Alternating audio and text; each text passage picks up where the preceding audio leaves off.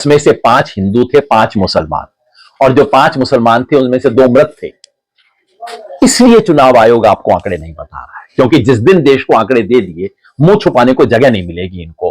पूरे देश को भरमाया, पूरे देश के सामने गलत बातें कही, और मेरे जैसे लोगों ने कहा हाँ हाँ बिल्कुल आपको विदेशी मिलते हैं, आप निकालिए, पर आंकड़ा तो अब देश के सामने रखिए ना, कौन से विदेशी मिले, कितने मिले।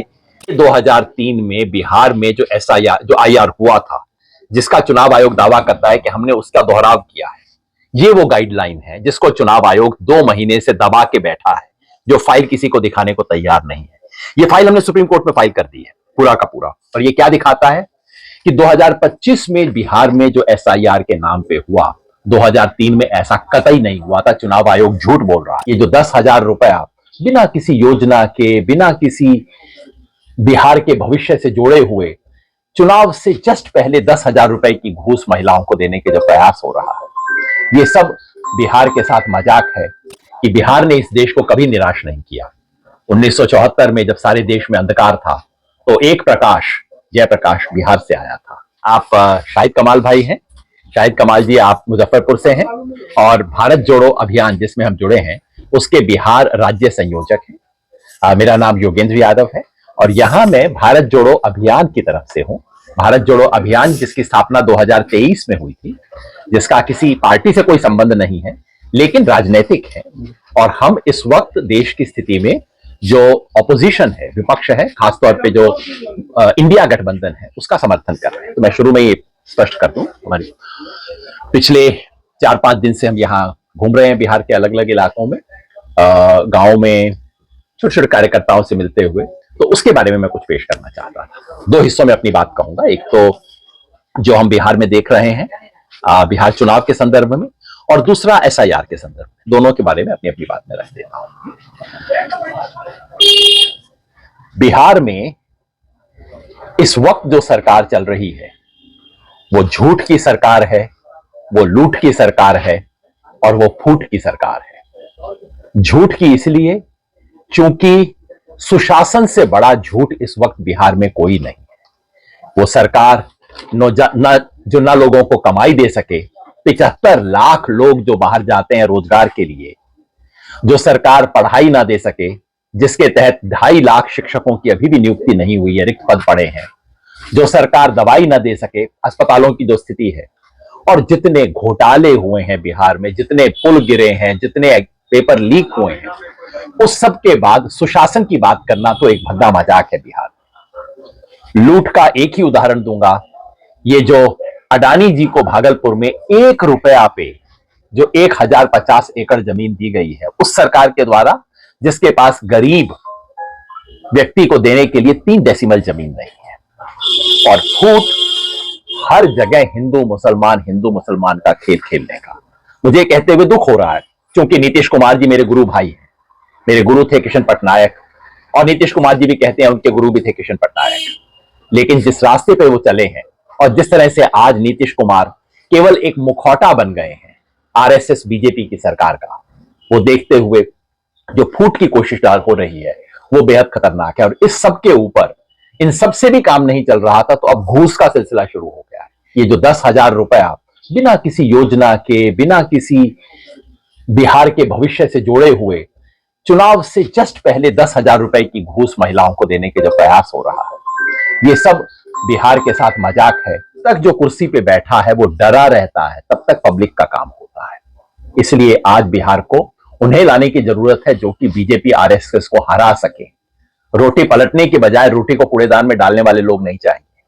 इस वक्त इंडिया गठबंधन, बिहार का जो महागठबंधन है, उससे हमारे अतीत में डिफरेंसेस रहे हैं। हम जैसे लोग तो जीवन भर कांग्रेस के खिलाफ संघर्ष करते हुए आए हैं, लेकिन आज इस देश में, और बिहार की तरफ आज पूरा देश देख रहा है, मुझे विश्वास है कि बिहार निराश नहीं करेगा। पूरा देश देख रहा है, और वो पलटाव करने की स्थिति में, बदलाव करने की स्थिति में महागठबंधन है।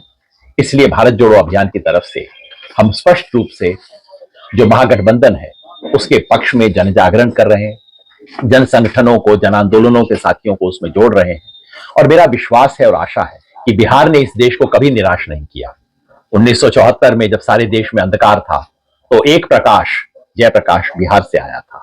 और आज भी जब देश में वोट की डकैती का सिलसिला शुरू हो रहा है, तब भी बिहार उसको रोकने का साहस दिखाएगा, ऐसी मेरी आशा है, ऐसा मेरा विश्वास। संयोग से मेरे पास वो फाइल है, वो कागज है जो मैंने सुप्रीम कोर्ट में पेश किए थे। ये जो एसआईआर है, ये बिहार की वोटर लिस्ट में संशोधन नहीं है।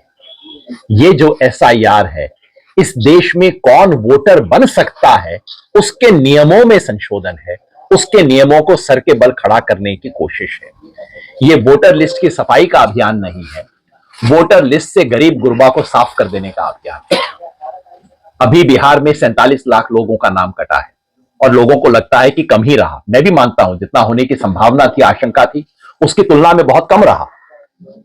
लेकिन याद रखिए, ये जो कम है ये भी बहुत कम नहीं है।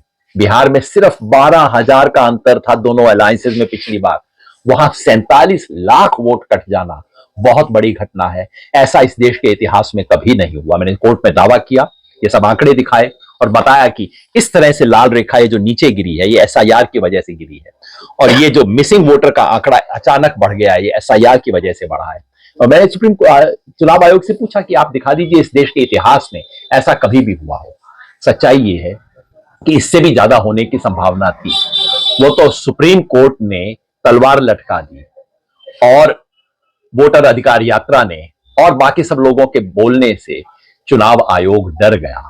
लेकिन जहां जहां एसआईआर जाएगा, वो निचले तबके के वोटर को साफ करने का काम करेगा, क्योंकि एसआईआर में कुछ ऐसी चीज हो रही है जो इस देश के इतिहास में कभी नहीं हुई। चुनाव आयोग कहता है कि हम तो केवल जो 2003 में हुआ था उसकी पुनरावृत्ति कर रहे हैं। चुनाव आयोग का यह दावा है कि 2003 में हमने इंटेंसिव रिवीजन किया था और हम केवल उसकी पुनरावृत्ति कर रहे हैं, इसमें क्या बुराई है। हमने चुनाव आयोग से कहा कि आप ऐसा कीजिए, 2003 का ऑर्डर हमें दिखा दीजिए। चुनाव आयोग ने दिखाया नहीं। आरटीआई में मांगा, चुनाव आयोग ने जवाब नहीं दिया। पत्रकारों ने पूछा आप जैसों ने, उन्होंने कहा फाइल गुम गई है। ये रही वो गुमी हुई फाइल, हमने वो ऑर्डर निकाल लिया। ये 2003 में बिहार में जो एसआईआर जो आईआर हुआ था, जिसका चुनाव आयोग दावा करता है कि हमने उसका दोहराव किया है, ये वो गाइडलाइन है जिसको चुनाव आयोग 2 महीने से दबा के बैठा है, जो फाइल किसी को दिखाने को तैयार नहीं है।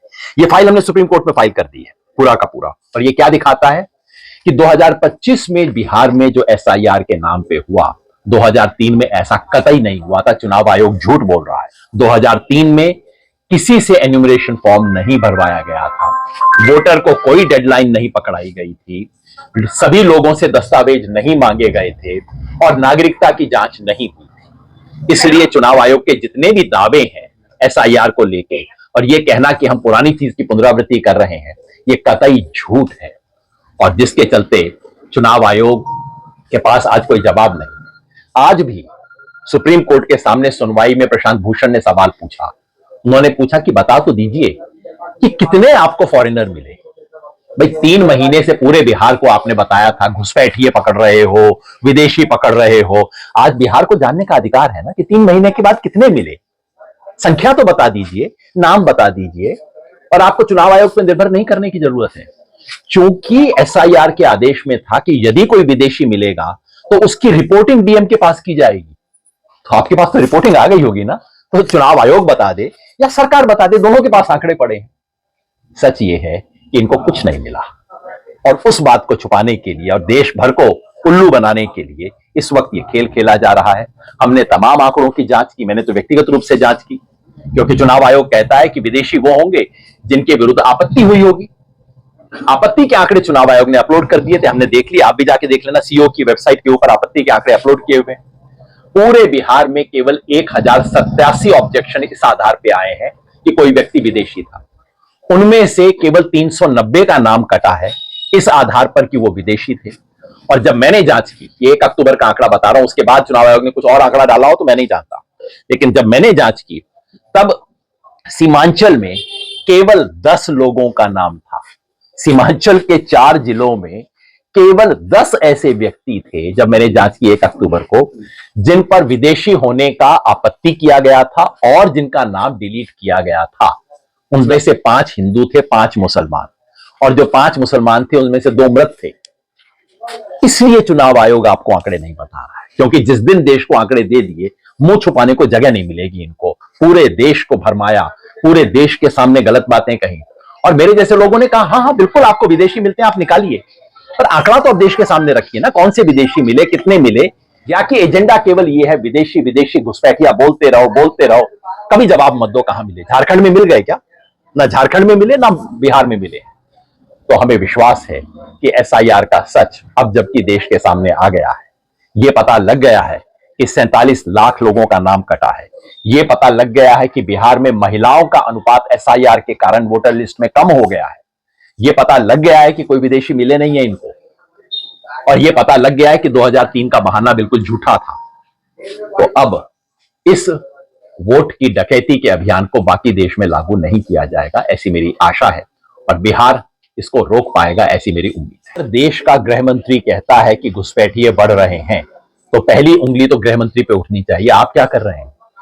अगर कोई कल को शपथ लिया हो और आज कह रहा हो तो मैं समझ सकता हूं, अभी आपको 48 घंटे शपथ लिए हो गए हैं, लेकिन अगर आप 11 वर्ष से सत्ता में हैं और कह रहे हैं कि घुसपैठिए बढ़ रहे हैं, शर्म आनी चाहिए, आपको अपने गिरेबान में देखना चाहिए।